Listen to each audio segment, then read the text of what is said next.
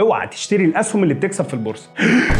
ما تتخضش، انا ليه بقول لك الكلام ده؟ عشان مش معنى ان في ناس كسبت في سهم معين انك هتكسب زيهم، وده لان ممكن الوقت اللي انت هتشتري فيه تكون مرحله جني الارباح في السهم ده، يعني هتكون في حركه بيع كبيره على السهم، وطالما الناس بتبيع السهم ده يبقى العرض هيزيد والسعر هيقل، ولو اشتريت يا اما هتفضل محبوس في السهم ده ومستنيه يرجع للسعر اللي انت اشتريت بيه، يا اما هتفضل تشتري من السهم ده اكتر عشان تعمل متوسطات على امل ان سعره في المستقبل يزيد، ودي هتبقى مجازفه مش محسوبه، بس تبقى اتعلمت منها كويس. عشان كده انا جاي اقول لك 4 نصايح، ركز معايا. اول نصيحه، حاول تكون استثماراتك متوجهه في البورصه ل3 أو 4 قطاعات بالكتير، وده علشان تنوع محفظتك الاستثماريه. تاني نصيحه، ادرس اداء الشركات اللي انت هتشتري اسهمها في البورصه، وشوف الشركه بتحقق مكاسب او خسائر في اخر سنه مثلا. تالت نصيحه، ادرس نقط الدعم والمقاومه لاسعار الاسهم علشان تقدر تحدد هتشتري امتى وهتبيع امتى، وفي ابلكيشنز بتعرفك نقط الدعم والمقاومه لكل سهم، وبيكونوا برسوم بسيطه خلال السنه، وهبقى اعمل لك فيديو اشرح لك فيه الموضوع ده. رابع نصيحه، قبل ما تشتري السهم ادخل على شاشه البورصه علشان تعرف حجم الطلب والعرض على السهم ده، يعني لو الطلب اكتر يبقى سعره هيزيد، ولو العرض اكتر يبقى السعر هيقل، وبكده تكون اتجنبت حوالي 70% من اسباب الخساره في البورصه. وحابب افكرك بحاجه مهمه، البورصه استثمار طويل الاجل، ده لو عاوز تحقق مكسب وتبعد عن المخاطره. ابعت الفيديو ده لصاحبك اللي بيشتري اي سهم قدامه بيكسب.